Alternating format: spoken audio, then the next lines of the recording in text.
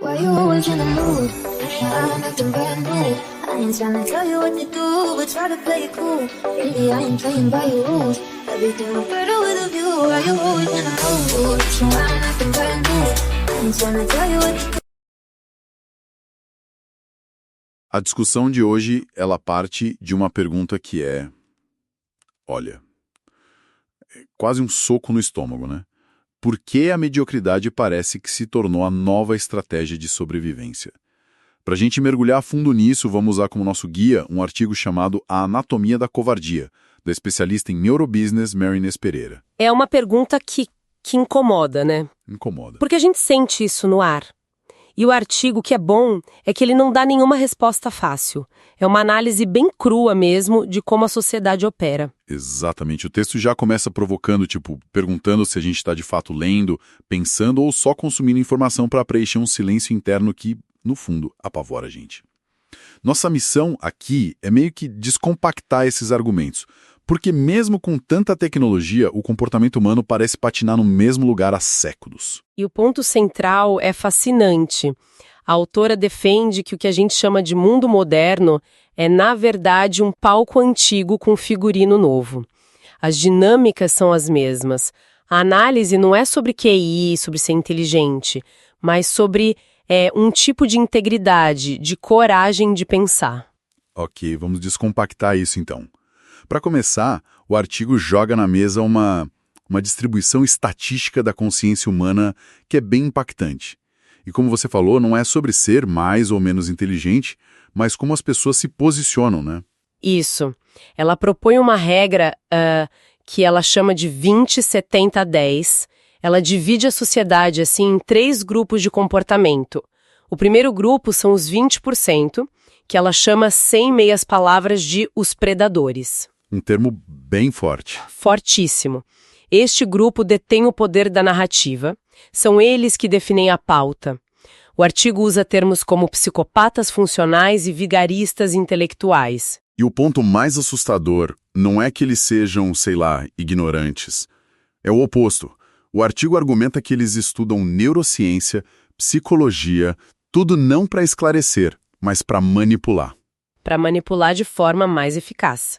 O objetivo deles é gerar caos, medo, porque uma mente em pânico não questiona. Ela só obedece. Procura um líder. É a estratégia do pastor e do rebanho assustado. Perfeito.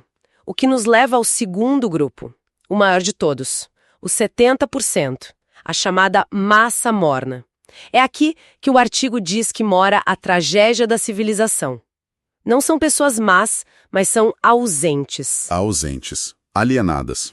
Isso.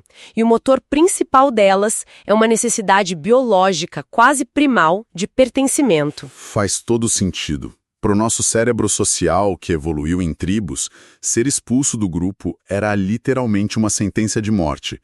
Esse medo do isolamento é gigante. Exatamente. E por causa desse medo, esse grupo aceita qualquer narrativa, por mais absurda que seja, para garantir seu lugar na tribo, sabe?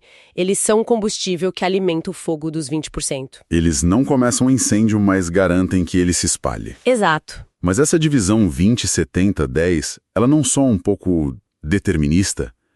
Como se as pessoas estivessem presas nesses grupos? O artigo fala sobre a chance de migrar de um para o outro. Ótima pergunta. Não é um destino selado, é um padrão de comportamento.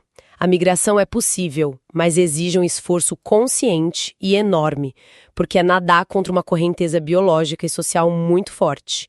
E é aí que entra o terceiro grupo, os 10%. A minoria consciente.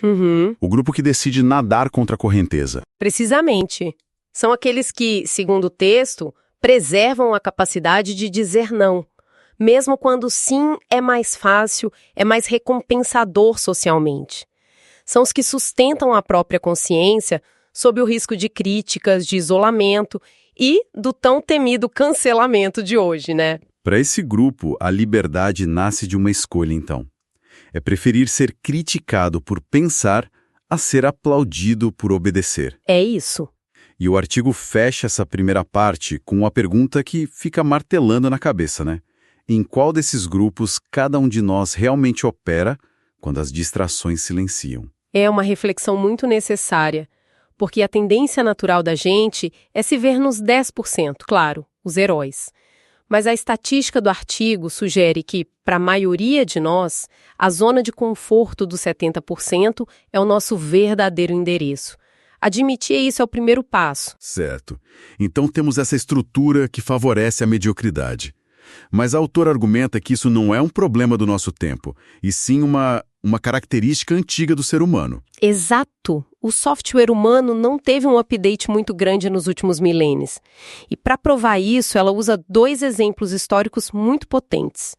O primeiro é a figura do Jesus histórico, analisado não pela ótica religiosa, mas como um arquétipo. Um exemplo clássico dos 10%, então. Exatamente. Ele propôs uma narrativa de autoridade interna, de consciência individual, e isso era uma ameaça para o sistema da época, para os 20%. E a massa, os 70%, que recebeu ele com festa em Jerusalém. Foi a mesma que dias depois gritou pela libertação de Barrabás. Essa virada é sempre muito chocante. E o texto pergunta, por quê? E a resposta que o artigo dá é brutalmente simples. A mensagem de Jesus era complexa, exigia autoanálise, mudança interna. Era difícil. Muito. Barrabás, por outro lado, representava uma narrativa mais simples. A revolta armada contra Roma era a saída fácil, que não exigia reflexão, só reação. Que loucura pensar nisso. A multidão não escolheu o mal, ela escolheu o fácil. O cérebro da massa sempre vai preferir a solução que gasta menos energia. O que nos leva ao segundo exemplo, o Império Romano, pão e cerco. Sem ponem et circenses. E o artigo faz uma comparação direta e, implacável com os dias de hoje.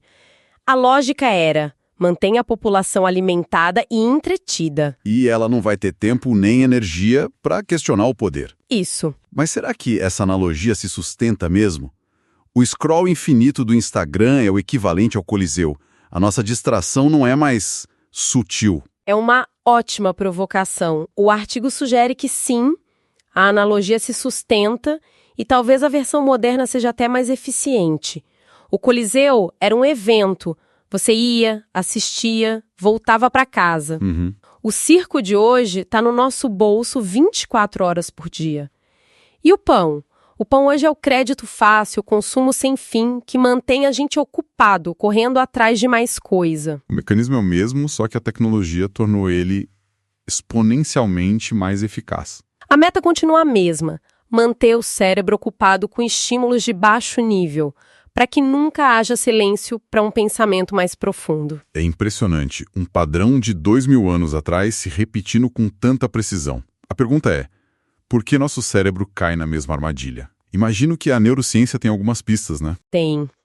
E essa é a parte mais fascinante do artigo. Ele mergulha na biologia para explicar por que a consciência parece estar morrendo. E a tese é forte. A consciência não morre por um ataque direto. Ela morre por abandono. Morte por abandono. Gosto dessa imagem.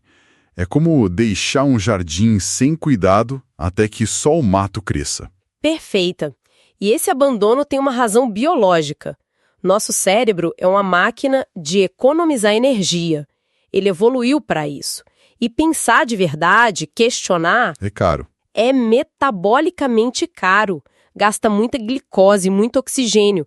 O cérebro sempre vai preferir o atalho, o caminho de menor resistência. É por isso que repetir um meme é mais fácil que construir um argumento. Exatamente.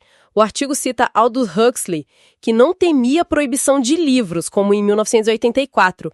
Ele temia um mundo onde ninguém mais quisesse ler. Porque as pessoas estariam anestesiadas pela distração. Exato. O artigo argumenta que a gente está vivendo no mundo de Huxley. E esse abandono acontece com a terceirização da mente. As pessoas não constroem opiniões. Elas assinam um pacote de ideias de um grupo. E aí qualquer discordância vira um ataque pessoal, uma ameaça. Porque o ego se funde com aquelas ideias. E o mecanismo biológico que permite isso é o tal do sequestro da amígdala, certo? Isso mesmo. A amígdala é o nosso centro de alarme, em um ambiente de medo constante.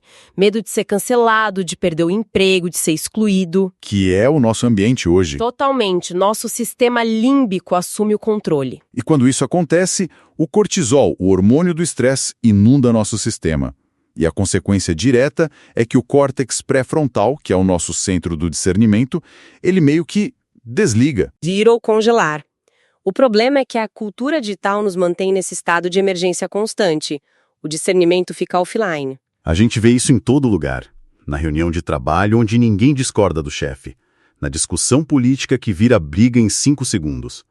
Na autocensura. E o artigo faz uma observação muito boa sobre o contexto brasileiro. Diz que a nossa cultura é visceralmente relacional. Pra gente, o medo da exclusão social ativa as mesmas áreas cerebrais da dor física. Nossa, isso é muito forte. Porque leva a uma conclusão estarrecedora.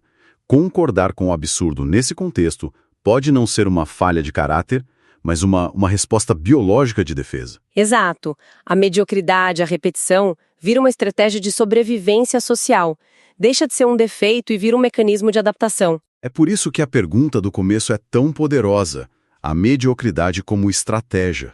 É a camuflagem que a gente usa para sobreviver na selva social. Ok, o cenário é sombrio. O caos controla, o medo dispara e a biologia nos empurra para a conformidade. Mas o artigo não para no diagnóstico. Ele propõe uma ferramenta de libertação. Propõe. E, curiosamente, não é nada tecnológico ou complexo. A ferramenta é a paz interior. Mas não é aquela paz passiva de se alienar do mundo, né? De jeito nenhum. É a paz de quem governa o próprio território interno. É a capacidade de olhar a tempestade lá fora, nas redes, na política e decidir.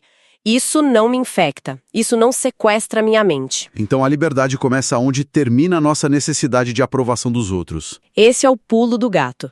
Quem pensa por conta própria pode ser criticado, isolado, mas não pode ser controlado. É a soberania do pensamento. E para tornar isso prático, o texto sugere 3 tarefas. Quase um treinamento de musculação para o cérebro. Sim, são exercícios para construir essa soberania. O primeiro é o jejum de ruído. Jejum de ruído? 1 hora por dia de silêncio absoluto. Sem podcasts, sem música, sem notificações, só você e seus pensamentos. Confesso que só de pensar em 1 hora de silêncio já me dá uma certa ansiedade. Mostra o quanto a gente está condicionado. E o artigo avisa que vai ser desconfortável. Esse desconforto, segundo a autora, é o sintoma da abstinência do que ela chama de vírus da estupidez.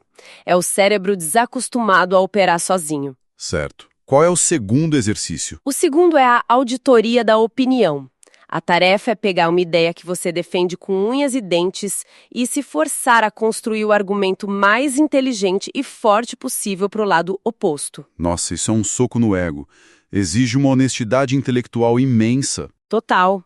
E o artigo é categórico. Se você não consegue fazer isso, se não consegue articular o melhor argumento do seu oponente, você não tem uma opinião. Você foi colonizado por uma. Que soco. E a terceira e última tarefa... É uma leitura obrigatória. Em Busca de Sentido, de Viktor Frankl. Ah, um clássico. Um clássico absoluto. Ele foi um sobrevivente de campos de concentração. O livro é uma aula sobre como a liberdade interior é a única coisa que ninguém pode tirar de você. É o estudo de caso definitivo de uma mentalidade dos 10%. 3 passos bem concretos, então: jejum de ruído, auditoria de opinião e uma leitura que te ancora. Exatamente, é um treinamento para a consciência. Chegando ao final, a mensagem do artigo fica muito clara. O mundo moderno não precisa de mais opiniões, de mais barulho. Precisa de mais consciência. E fazer parte dos 10% não é um troféu, mas uma escolha diária. E como o texto diz, muitas vezes solitária. O que nos leva ao pensamento final proposto pelo texto. É uma pergunta que amarra toda a discussão. É uma troca brutal. A pergunta é: você está pronto para ser odiado pela maioria, em troca de ser dono de si mesmo? Uma reflexão poderosa para encerrar. Todo o material que a gente discutiu hoje foi baseado no artigo Anatomia da Covardia, da Marinês Pereira. Vale muito a pena procurar ele na íntegra.